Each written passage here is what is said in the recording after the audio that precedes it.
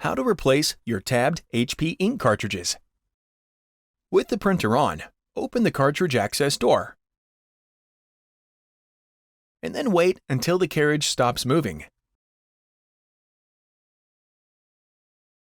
Push the tab in on a cartridge and then remove it from its slot and set it aside. Remove a new genuine HP cartridge from its package. Pull the orange tab and remove all plastic.